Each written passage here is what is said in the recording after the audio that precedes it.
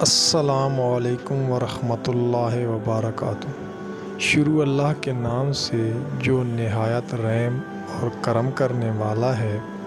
اچھی مگر یاد رکھنے والی باتیں۔ اپنے ارادوں میں مخلص رہو، تم اللہ کی مدد کو اپنے ساتھ پاؤ گے۔ ہمارے معاملات ہمارے اختیار میں نہیں ہوتے، مگر اطمینان رکھیں کہ جس کے اختیار میں ہیں وہ بڑا رحیم اور کریم ہے۔ پیارے نبی صلی اللہ علیہ وسلم نے ارشاد فرمایا، تم لوگ ایک دوسرے کو تحفہ دیتے رہا کرو۔ ایک صحابی نے پوچھا، یا رسول اللہ صلی اللہ علیہ وسلم، اگر کسی کے پاس تحفہ نہ ہو تو؟ آپ صلی اللہ علیہ وسلم نے فرمایا، کیا تم کسی کو اپنی مسکراہٹ بھی نہیں دے سکتے؟ سبحان اللہ۔ مشکل وقت میں ہمیشہ دعا مانگا کریں، کیونکہ جہاں انسان کا حوصلہ ختم ہو جاتا ہے وہاں سے رحمت خداوندی شروع ہو جاتی ہے۔ خدا آپ کو اور آپ سے جڑے ہر خوبصورت رشتے کو ہمیشہ اپنی رحمتوں کے سائے میں رکھے، آمین۔ سب سے بہترین تحفہ احترام ہے۔ خوش اخلاق انسان سب سے زیادہ خوبصورت اور باعزت ہوتا ہے۔ اچھا بولو اور اچھا سوچو، کیونکہ بدگمانی اور بدزبانی ایسے عیب ہیں جو انسان کے ہر کمال کو زوال میں بدل دیتے ہیں۔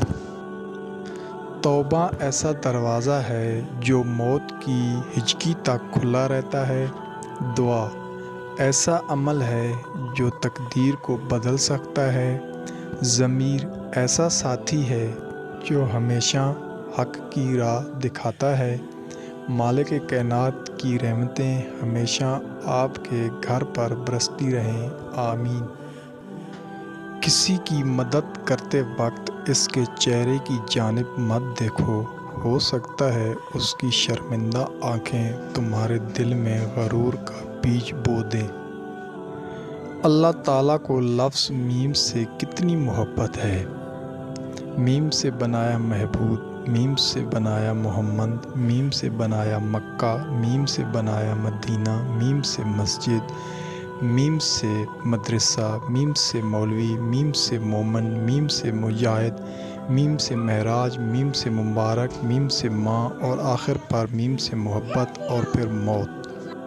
موت سب سے بڑی حقیقت ہے جس کو ہر شخص بھلا بیٹھا ہے، اور زندگی سب سے بڑا دھوکہ ہے جس کے پیچھے ہر شخص بھاگ رہا ہے۔ اپنی اندھیری قبر کو خود روشن کرنے کی تیاری کرو۔ آج زندہ انسان سے کوئی وفا نہیں کرتا تو کل مٹی کے ڈھیر کے لیے کون دعا کرے گا؟ حیا شیشی میں بند خوبصورت خوشبو کی طرح ہے، اگر خوشبو اڑ جائے تو شیشی کو لوگ پھینک دیا کرتے ہیں۔ بڑی گہری بات، ایک لقمہ پیٹ تک پہنچانے کا قدرت نے کتنا انتظام کیا ہے کہ گرم ہے تو ہاتھ بتا دیتے ہیں، سخت ہے تو دانت بتا دیتے ہیں، کڑوا یا ترش ہے تو زبان بتا دیتی ہے، اور اگر باسی ہے تو ناک بتا دیتی ہے۔ بس حرام ہے یا حلال، یہ فیصلہ ہمیں کرنا ہے۔